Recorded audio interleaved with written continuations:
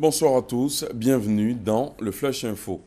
Le gouvernement prend des mesures pour faciliter l'accès des petites et moyennes entreprises nationales au marché public. Annonce faite ce mercredi au terme du Conseil des ministres présidé par le chef de l'État.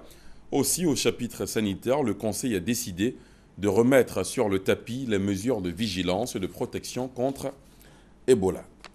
Le chef de l'État, Alassane Ouattara, est invité au 3e sommet Inde-Afrique prévu le 29 octobre prochain à New Delhi.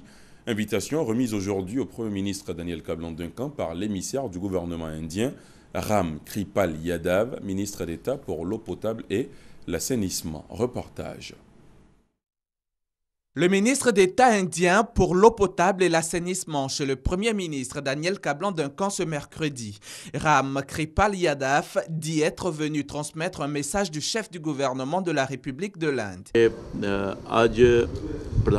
C'est la première fois que le gouvernement indien envoie un ministre d'État en qualité d'envoyé spécial pour les invitations des dignitaires au sommet, au 3e sommet du Forum Inde-Afrique. J'ai aussi transmis les salutations de son Excellence le Premier ministre Modi à son Excellence le Premier ministre de Côte d'Ivoire et ses souhaits de prospérité économique et de stabilité en Côte d'Ivoire et notre vœu de renforcement de ces relations entre nos pays. Le 3e sommet Inde-Afrique devait initialement se tenir en décembre dernier. Reporté à cause de l'épidémie mortelle d'Ebola en Afrique de l'Ouest, il aura finalement lieu en octobre 2015. Une cinquantaine de chefs d'État ou de gouvernements africains y sont attendus.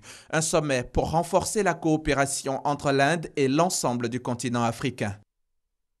La croissance économique de la Côte d'Ivoire, objet de séduction de bien d'observateurs de la communauté internationale et de structures privées, quel est le secret de ce dynamisme économique?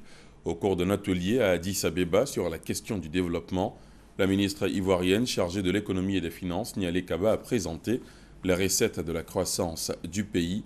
On en reparle dans la grande édition. Une convention a été signée vendredi entre l'université Peleforogon Coulibaly de Korogo et l'université de Liège en Belgique.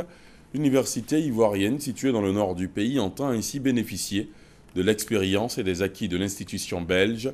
Les domaines visés sont l'agro-pastoral et ou l'ingénierie des productions animales et végétales. À l'étranger, 9 personnes ont été tuées hier soir dans un village de la région de Beni, dans l'est de la République démocratique du Congo.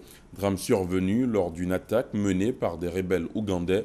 Ces insurgés des forces démocratiques alliées, ADF, sont accusés d'avoir tué plus de 400 civils dans la région depuis octobre.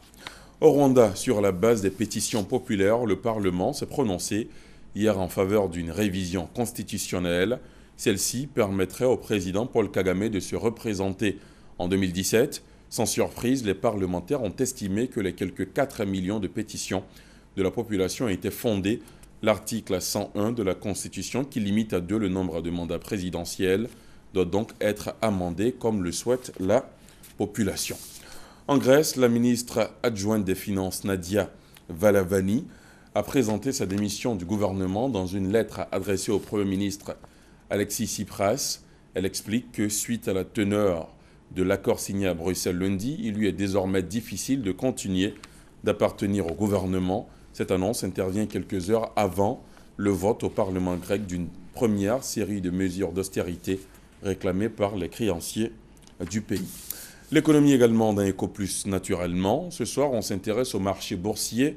C'est quoi un marché boursier? Quelles sont ses caractéristiques, ses objectifs, ses acteurs? Tous les éclairages pouvant vous permettre de mieux cerner le sujet à suivre dans Ecoplus. Ce sera au cœur, bien sûr, de la grande édition. On se retrouve à 20 h.